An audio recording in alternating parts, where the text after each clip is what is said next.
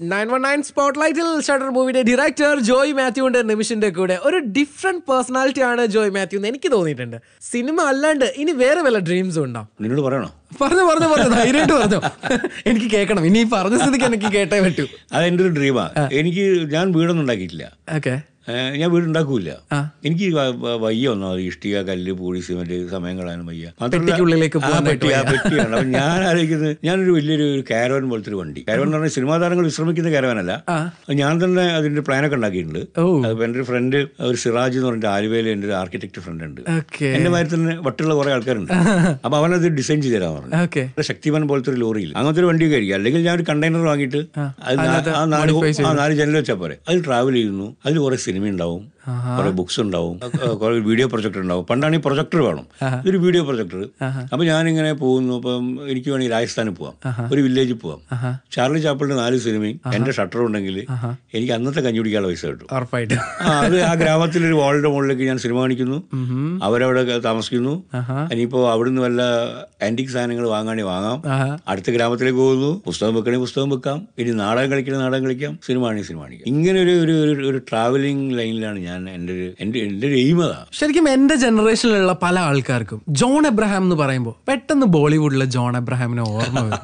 Correct. എന്റെ ജനറേഷനിലുള്ള ആൾക്കാർക്ക് John എബ്രഹാമിനെ ഒന്ന് പരിചയപ്പെടുത്തി കൊടുക്കാമോ? ഒറ്റ വാക്കിൽ ഞാൻ പറയാന്ന് വെച്ചാൽ an unbeatable legend എന്നാണ് എന്റെ ഒരു ടാഗ് ലൈൻ. എന്ന് വെച്ചാൽ മറ്റൊരാൾക്ക് ജോൺ ആവാൻ പറ്റില്ല. സിനിമയെ പറ്റി ഭയങ്കര ബ്രില്യന്റ് തിങ്കിങ് ഉള്ള മനുഷ്യനാണ്. വേറെ ഒന്നും ജീവിതത്തിൽ ചിന്തയില്ല. ഭാര്യ, കല്യാണം, കുട്ടികൾ, കാമുകി ഒന്നുമില്ല. പിന്നെയുള്ളൊരു ചിന്ത മദ്യപാനാണ്. പക്ഷേ മദ്യപിക്കാത്ത ജോണിനെ ഞാൻ കണ്ടിട്ടുണ്ട്, മദ്യപിച്ച ജോണിനെ കണ്ടിട്ടുണ്ട്. മദ്യപിച്ചു കഴിഞ്ഞാൽ വളരെ ജോവിയലാണ്.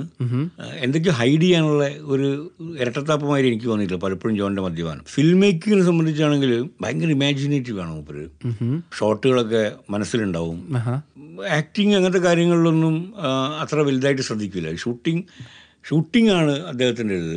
പോസ്റ്റ് ഷൂട്ടിങ്ങിൽ ജോൺ വേണ്ടത്ര ശ്രദ്ധ കാണിച്ചോ എനിക്ക് സംശയമുണ്ട്. കാരണം അതിന്റെ സൗണ്ട് ഇങ്ങനത്തെ കാര്യങ്ങളിലൊക്കെ ഞാൻ കണ്ട ഏറ്റവും ബ്രില്യൻ്റ് ആയ ഫിലിം മേക്കറും ലവിങ് ആയിട്ടുള്ള മനുഷ്യനും. ഞാൻ ഒരിക്കലും വോമിറ്റ് ചെയ്തിട്ട് ജോൺ കൈകൊണ്ട് കോരി ഒക്കെ കളഞ്ഞിട്ടുണ്ട്.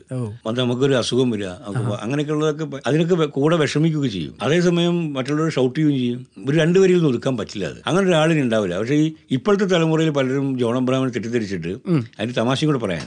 ഇപ്പൊ എന്റെ പടത്തിന് കോസ്റ്റ്യൂം ഡിസൈൻ ചെയ്ത് സമീറ സനീഷ് എന്നൊക്കെ. അപ്പോൾ നല്ല മിടുക്കിയ അവളെ കോസ്റ്റ്യൂം ഒക്കെ ഡിസൈൻ, നല്ല കോസ്റ്റ്യൂംസ് അല്ലേ നമ്മളത്, എല്ലാം കറക്റ്റ് അല്ലേ. അപ്പോൾ ഞങ്ങൾ തമ്മിൽ ഫസ്റ്റ് മീറ്റ് ചെയ്തപ്പോൾ എന്നെ പരിചയപ്പെടുത്തിയ ആൾ പറഞ്ഞു ജോൺ എബ്രഹാമിന്റെ അറിയാലോ പടത്തിലെ നായകനൊക്കെ ആയിരുന്നു. എനിക്കറിയാം ജോൺ എബ്രഹാമിനെ എന്ന് പറഞ്ഞു. അങ്ങനെ ഞാൻ കഴിഞ്ഞ ആഴ്ച കണ്ടിരുന്നു. ഞാൻ സമീർക്ക് എത്ര വയസ്സായി? എനിക്ക് 21 വയസ്സ്. ജോൺ മരിച്ചിട്ട് പോണേ 25-30 അല്ലായല്ലോ. അപ്പൊ സാറേ ജോണിനെ ഉദ്ദേശിച്ച് ഞാൻ പറഞ്ഞു നീ ഏത് ജോണിനെ ഉദ്ദേശിച്ച്? ഞാൻ ഹിന്ദി സിനിമയിലെ ജോൺ എബ്രഹാം. മനസ്സിലായോ? അപ്പൊ ഞാൻ അവർക്ക് പേര് മാറ്റി, ജോൺ എബ്രഹാം സമീറ എന്നാക്കി.